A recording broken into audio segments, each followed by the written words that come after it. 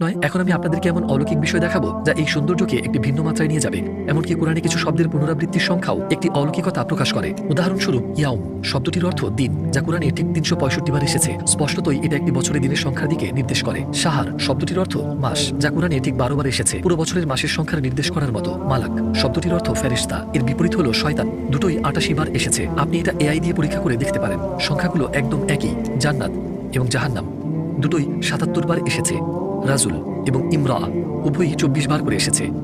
আরেকটি উদাহরণ পবিত্র কোরআনে বলা হয়েছে, অবশ্যই ঈসা আলাইহিস সালাম আল্লাহর দৃষ্টিতে আদম আলাইহিস সালামের মতোই। এই আয়াত দ্বারা বোঝানো হয়েছে দুজনকেই আল্লাহ বাবা ছাড়া সৃষ্টি করেছেন, তারা অন্য মানুষের থেকে আলাদা।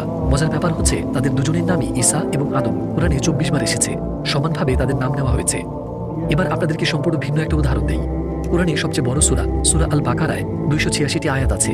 এই সূরাতে আল্লাহ শব্দটি ২৮২ বার এসেছে এবং হুয়া সর্বনামটি এসেছে ৪ বার, যার অর্থ তিনি। এখানে তিনি বলতে আল্লাহ তাআলাকেই বোঝানো হচ্ছে।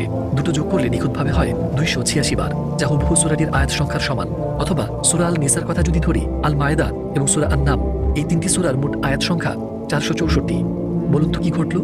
আল্লাহর নাম এই তিনটি সূরায় ঠিক ৪৬৪ বার এসেছে।